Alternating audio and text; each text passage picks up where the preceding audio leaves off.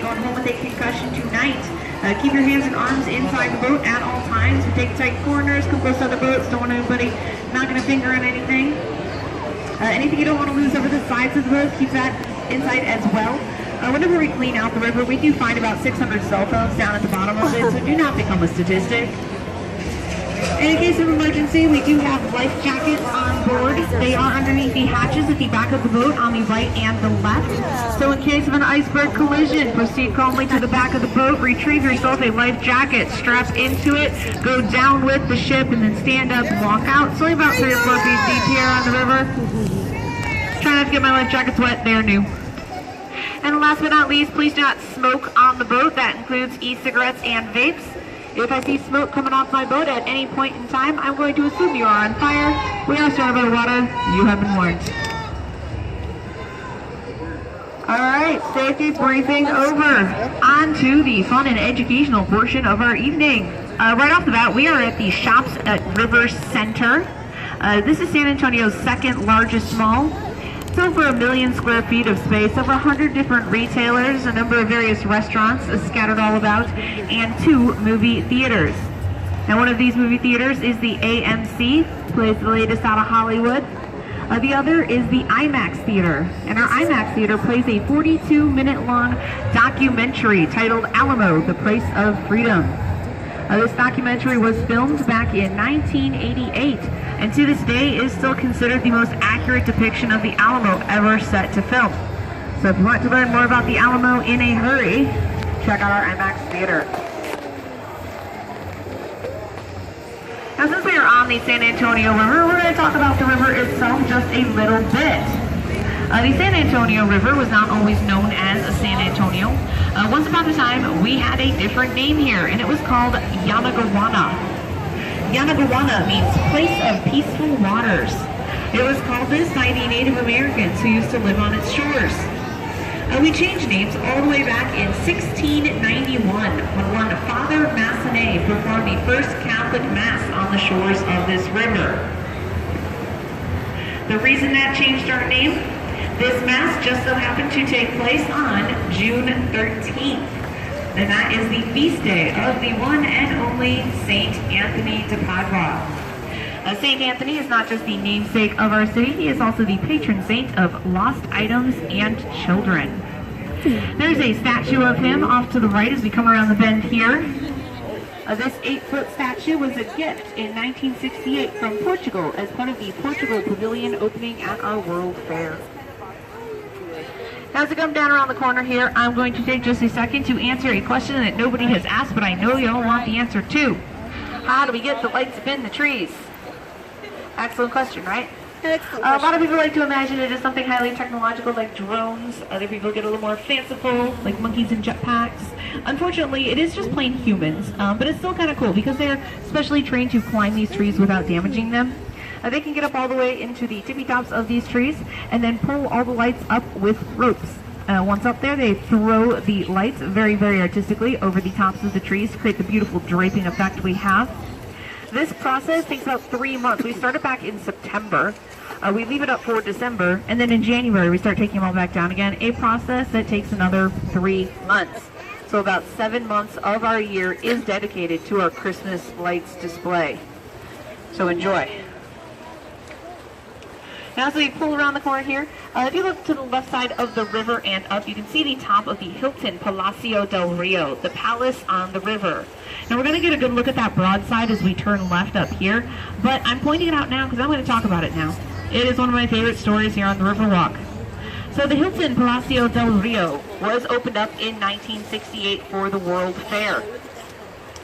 However, when the commissioners commissioned this building to be built, they did it 3 years in advance. Plenty of time to get this hotel built. 2 years later, the commissioners came to San Antonio to check on the progress of their hotel and found that absolutely nothing had been done. The construction company they had hired had gone out of business and neglected to mention it to anyone. So this was the summer of 1967, less than a year before people started showing up for the World Fair, and there was no hotel and no time to build one. Building a hotel this size in less than a year was an impossible task. Nobody would look at it, no one would even consider it, except for one man.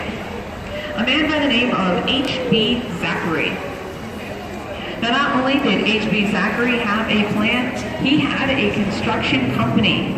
And he was so confident in his ability to get this hotel built on time that during the construction process, he allowed his workers to take the weekends off.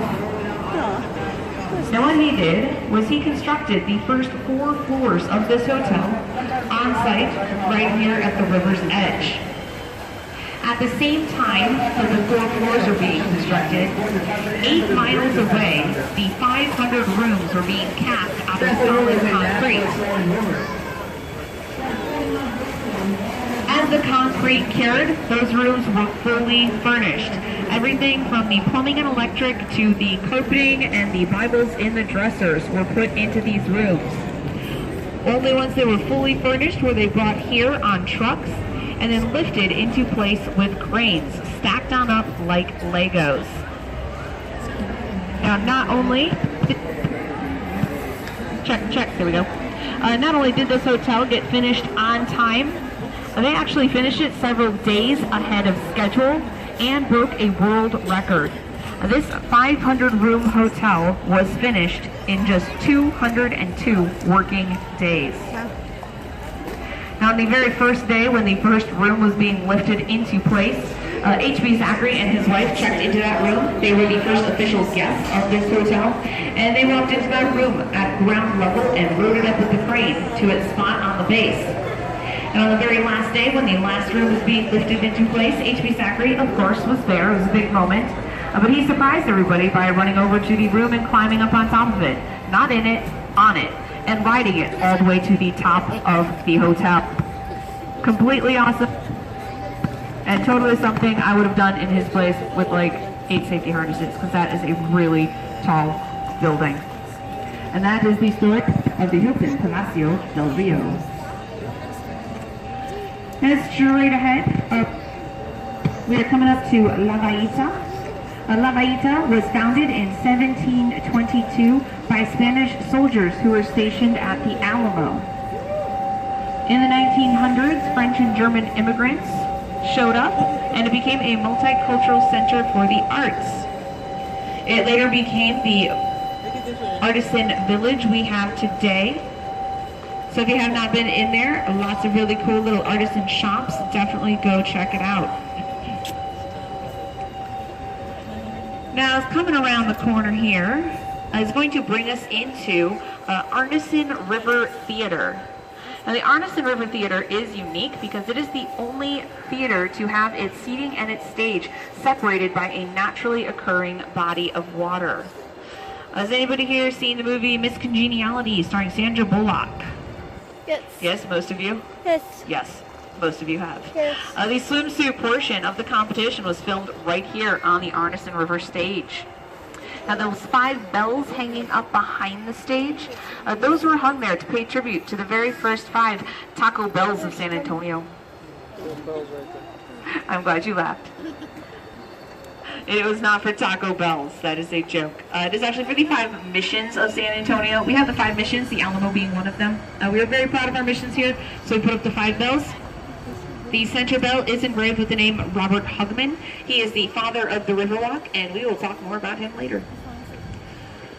Now, to the right, we have the Briscoe Western Art Museum. Built in 1930, it originally housed the main library in San Antonio. The library moved out in 1968, went down the river just a little bit, and a circus museum moved in. The Circus Museum moved out, and it was just in 2013 that the Western Art Museum took its place. If you are here on a Tuesday evening, the Briscoe does have free admissions from 4 to 9, so absolutely pay them a visit. Now, straight up ahead, we have this bridge that we're about to go under. And this bridge is one of the main reasons we have the rule, please don't stand on the boats. This is Prussia Street Bridge, and it is the oldest and lowest bridge on the Riverwalk. It was built in 1890 by the Berlin Iron Bridge Company, and the design is pony truss. It uses hinges on the underside to disperse weight evenly throughout the entire bridge. Because of this, even though this bridge is almost 130 years old, it still holds up to the weight of modern traffic. excellent choice. Here's where you're going to do it. Off to the right, Marriage Island. This is a heart-shaped island naturally formed by the roots of this cypress tree right here. It's a very, very popular place to get married. Hundreds of weddings do take place here every single year. And in fact, it is considered very good fortune to be married on Marriage Island. And we should know one of our boat captains was actually married right here on this island. 3 times. I'm too lucky. Now, in no way, shape, or form do I support falling out of the boat. However, if you're going to insist on doing so, this is the best spot to do it right here. This is Old Mills Crossing, the shallowest point of the San Antonio River. Because of that, back in the 1800s, this is where settlers would come to cross the San Antonio River because they could just drive their coaches across instead of having to unload and float them across. So it's a big time saver for the settlers. Now, if you look to the left and up at this point, you can see this big, beautiful building here. An excellent example of neo-Gothic architecture, all covered in gargoyles. This is the Tower Life building, originally known as the Smith & Young Tower. It was built in the 20s by the Young brothers. Now, as they were building it, they incorporated the gargoyles up top on the corners, as well as the grotesques, the ugly faces coming out of the wall just above the tree line on the left here. Into this design to ward off bad business and evil spirits. They thought that this would keep their business safe from going under. They spent $3 million building this building and then opened their doors in 1929, 2 months before the stock market crashed. They lost everything, and after back taxes, this $3 million building was sold for just $300,000. Now, do not be alarmed by the birds coming into a roost on the bridge. They are a peaceful species. They do not attack. They only occasionally poop on us. So maybe just don't look up. And if you do, don't open your mouth.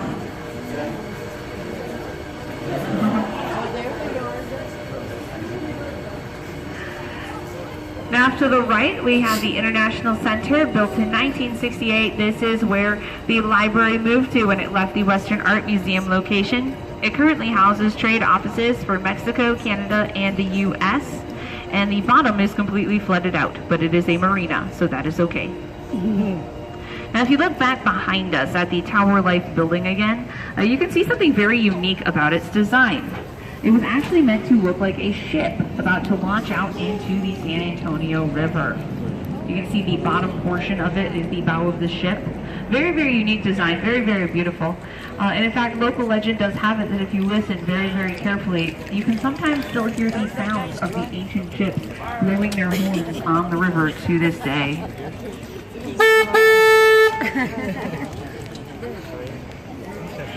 Now to the right and to the left here are these little half walls with silver markings on them. This is one of our floodgates. San Antonio in general, and very specifically the Riverwalk, are very prone to flooding. So we have a number of flood prevention measures in place. The floodgates are a small part of that. There is the gate that we just came through. There's going to be another one up ahead to the right, and when we go through it, I'll point it out. But there's yet another one back behind us. You can see the red and green lights back there. That is where it is. Now, the way it works is when heavy waters come through here, we close the gates on the right and we open the gate behind us so that all the floodwaters can just channel straight on by, bypassing the horseshoe bend to our right. Where we are right now is the flood channel. It is 15 to 20 feet deep here and was specifically put here, dug to that depth to handle the load of the floodwaters that occasionally need to come through here. Now, if you came to San Antonio to get married on Marriage Island, one more thing you need to do before you leave. To the left, the San Antonio Love Box. Now, the way it works is you go get married, and then you go to your local hardware store. And you pick out the most romantic padlock you can find on their shelves, and you bring it here. You both write your names on it, you clasp it onto the fence, and then you throw the key into the river to symbolize your eternal love and commitment to one another. And if you're having doubts, you go with the combination lock.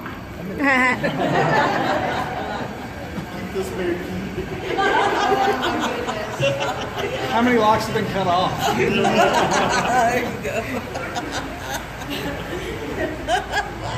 Now to the right is the Alamo National Bank building, currently the Drury Plaza Hotel, or the backside of it anyway. The bank building was built in 1929, and as it was being renovated into the hotel, they utilized a number of the original furnishings. Things like the wood floors, the marble walls, brass fixtures, and even the chandeliers were all restored and used in this design. They're still all in there, so if you're interested in seeing that, absolutely go check it out. It is beautiful. Now to come around a little bend here, we are going to find our boat facing directly at a tree. This tree does not seem particularly interesting at first glance until I tell you that this tree right here is the oldest and tallest tree on the Riverwalk. This tree is over 300 years old and has a trunk circumference of over 25 feet. Now we have not actually age tested this tree to find out exactly how old it is. Doing so would involve taking a core sample and counting rings. It damages the health and integrity of the tree to do that, so we're not going to do that. We like our tree. We don't want to hurt it. However, we know this is a very old tree because this is the Ben Milam cypress. Ben Milam was an American patriot stationed back here in the 1800s. In 1835, he was killed by a sniper hiding up in the branches of this tree. Any tree old enough to be hiding snipers in 1835 is definitely a very old tree. Now this little green thing that we're going underneath right here, this is that other floodgate I promised you. This one looks like a garage door. The big top piece drops down to the grooves on the right and the left, sealing off this leg of the river from floodwaters. And we had a number of very devastating floods through here, starting back in the 1800s, the last of which was in 1921. This flood of 21 was particularly devastating. A lot of lives were lost. Pretty much everything down here was destroyed, and effects from that flood can still be seen on the Riverwalk to this day, primarily in the form of a fig tree. That fig tree off to the right, growing out of the wall of the Bella restaurant. This fig tree started out as a little fig sapling further up the river. Now, as the floodwaters came through here, it picked up that little sapling, swept it down the river, and wedged it into a crack in that wall where it has been growing ever since. Very, very powerful floodwaters. Now, if you want to know how deep those floodwaters got, the St. Mary Street Bridge right in front of us is street level, and the floodwaters were 8 feet above that. It was a really bad flood. Now, if you have very quickly done the mental calculations, you may have noticed that 8 feet above street level is a lot higher than our little floodgates. You are both correct and very observant. It is. Our floodgates are not adequate to handle floodwaters of that magnitude. Fortunately, we have backup in the form of a 3-mile-long tunnel underneath the city of San Antonio that channels away 80% of our flood waters. It is our primary form of defense against flooding, and we have not flooded since installing it. Now up ahead to the right, we have the Aztec Theater. It's another one of our ticket booth locations as well. We have 3 locations. They are all the same prices, all the same tour. You just leave from a different place, so you see things in a slightly different order. Now the Aztec Theater itself was built in 1926 and was a silent movie theater. Very, very popular up until about the 70s when it began to decline. It was ultimately slated for demolition, but then saved in the 90s by being placed on the National Register of Historic Places. The Aztec was then renovated into the multi-purpose event center we have today. Now, has anybody here seen the movie Selena starring Jennifer Lopez? Yes. One person? All right, here's your bridge. Oh, 2 people. Sweet. Here's your bridge. Right here. Back in 1997, Jennifer Lopez stood right on top of this bridge filming scenes for the movie. Ever since then, this has been known as Selena's Bridge. Now to the right, we have the Moncada Hotel and Spa. The Moncada was originally the L. Frank Saddlery Company back in 1901, providing saddles, bridles, and harnesses to the Allied armies in World War I, and catering to notorious customers such as Teddy Roosevelt and his Rough Riders. It opened up as a hotel in just 2003. And on the left side of the river, we have La Mansión del Rio, the mansion on the river. This was built in 1853 and was originally a school for boys. It later became a law school. And when the law school moved out in 1966, 2 former students purchased the building, renovating it into the luxury hotel we have today. Wow. They opened their doors in 1968, just in time for our World Fair. On almost every single day. If you live in San Antonio or just a big fan of San Antonio and want to come back soon, 2018 is going to be a great year to be here. If you need help planning your visit, it can help you out. We got a website for you. It is sanantonio300.org. You hop on there, it's going to have a list of events for you. Keep checking back if you don't find what you're looking for. It will be updated as more events are scheduled. And with that, we have come full circle right back to River Center where we left from. So as I pull us up to the dock here, just a couple of things. Please remain seated until I have the boat tied down and secured completely. Check on your seats, make sure anything you came on board with is leaving with you. And last but not least, if you had a great time tonight, like I did, gratuity is very much accepted and appreciated. I want to thank y'all very much for joining me tonight. I had a really great time. Hope you did too. Hope you enjoy the rest of your evening as well, and have a very wonderful 2018. Thank y'all so much. Thank you.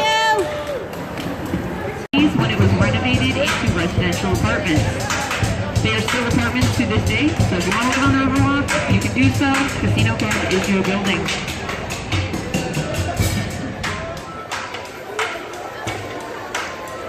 And down through here is the highest concentration of restaurants on the Riverwalk. There's obviously a number scattered all over the place, but this is where the majority of them are concentrated. A number of these restaurants will also offer the riverboat dining that we offer. It's a very, very fun thing to do. If you want to eat dinner on a boat, all you got to do is walk into one of these restaurants, ask them about their riverboat dining, and they can help you get that all set up. Now just up ahead to the right, there's a pedestal with the bust of a man on it. It's tucked away a little bit by the staircase here, but it is very important because this bust is of Robert Hugman. You might recognize him from the bell at the Arneson as the father of the Riverwalk. Now back after the flood in 21, the flood prevention measures were put into place, but people still didn't want to build down here. They thought it was going to be a very bad idea. They thought we were going to flood out again. They actually wanted to pave over the entire river bend and just turn it into shops.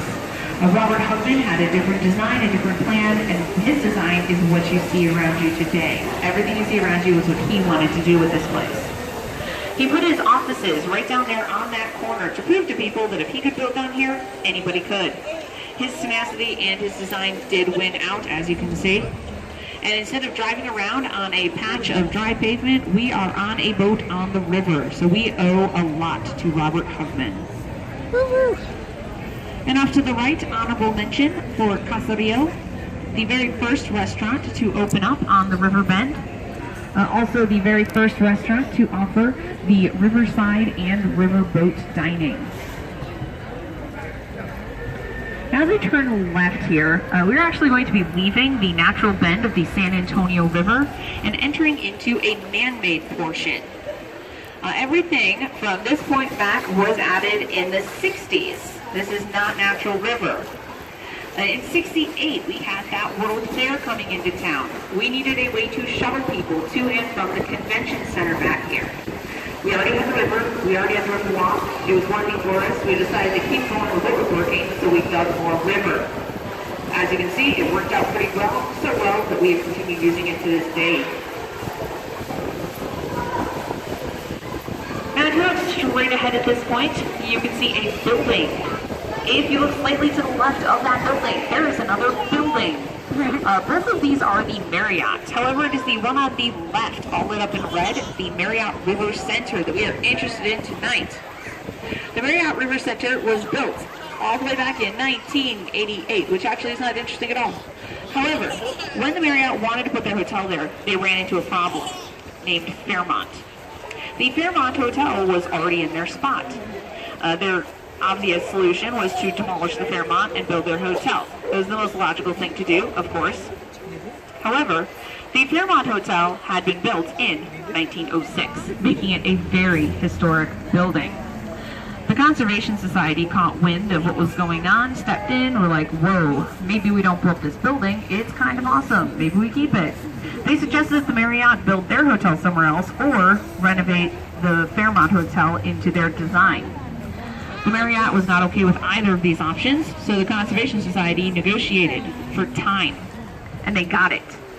5 years of planning later, they took the entire Fairmont Hotel, jacked it up off of its foundation, and rolled it down the street to a new location at South Alamo and Nueva, where it still stands to this day. You can visit it there.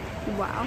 The process of moving it from point A to point B took 6 days, reaching top speeds of 0.4 miles an hour. And they set a world record for the largest structure ever transported on air-filled tires. If you are interested in seeing it happen, it is actually on YouTube. If you look up the Fairmont Hotel in San Antonio on YouTube, the very first thing that pops up is an 18-minute video that shows you not just how they accomplished this amazing feat, but has original footage of this hotel being rolled down the city streets. It is incredibly awesome. I highly recommend it to anybody who is a fan of watching giant buildings roll down city streets.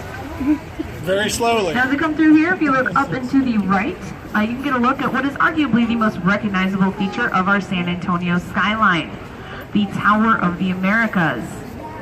It was built in 1968 as the theme structure for our World Fair.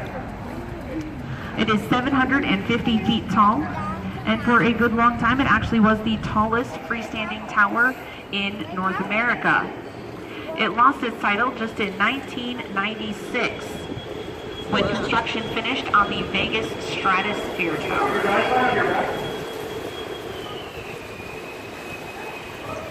Let's see.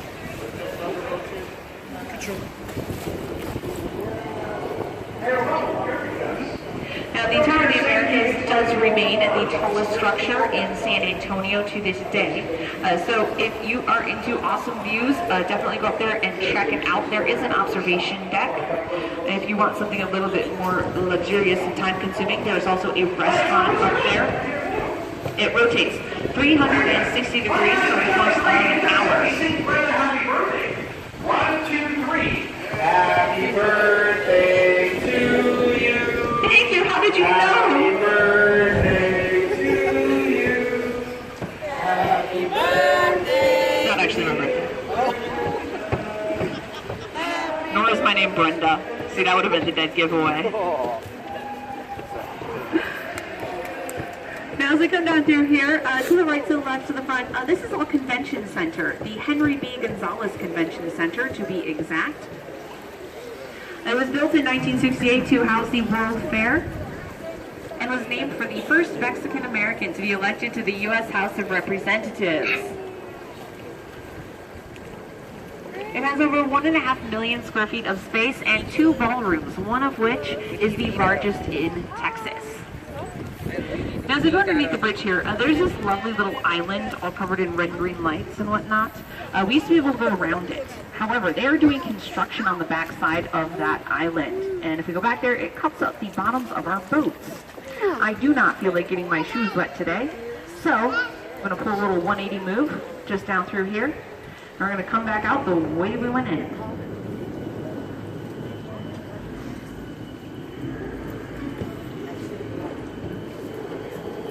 It's actually a lot easier than it used to be. The police boat that is currently parked in front of the Hyatt, as inconvenient as that is, they used to park them right back here, right up against the wall, right where we needed to do our turns. It was always a little nerve-wracking coming back here. I always have to tell people, hey, if I hit the police boats, don't tell on me. Usually people are pretty cool about it. There's this one time, I'm coming close to the boat. I'm like, don't tell on me if I hit the boat. This guy's sitting right back here, pulls out his phone and starts filming me. Yeah, I had to call him a snitch. He put his phone away in a hurry. Looks properly ashamed of himself. I didn't hit the boat though. I've never hit the police boats. I'm very proud of that. Not everybody can say that. Now off to the right, we have the Lila Cockrell Theater, named for the first female mayor of San Antonio. Best part about this theater, in my opinion, is that gorgeous mosaic up on top of it. This is the confluence of civilization It depicts Adam and Eve with the child of the future standing over top the Alamo. Now, this mosaic is 130 feet long, 22 feet tall, and was made using 400,000 natural colored stones from 7 different countries. Only the darkest of the blue was glazed to achieve the color. Everything else was left in its natural state. As we have been cruising around, you may have noticed that we have a number of different boats on the river, different designs and colors. In fact, we have 5 different designs, 5 different colors, and all of them are designed that way for a reason. 2 of our designs are a Papero Picado design. There is a flowers and sun design, and then there's the one coming up to our right here is the dove design of that. Very, very festive and reflective of the culture of San Antonio. The boat we are on right now is our military boat, covered in eagles and stars. We have a large military presence here in San Antonio. We are a big fan of that. We like to pay tribute to that at all possible. And then we have a boat with the 5 missions on it as well. We're a big fan of our missions, so we put them on a boat.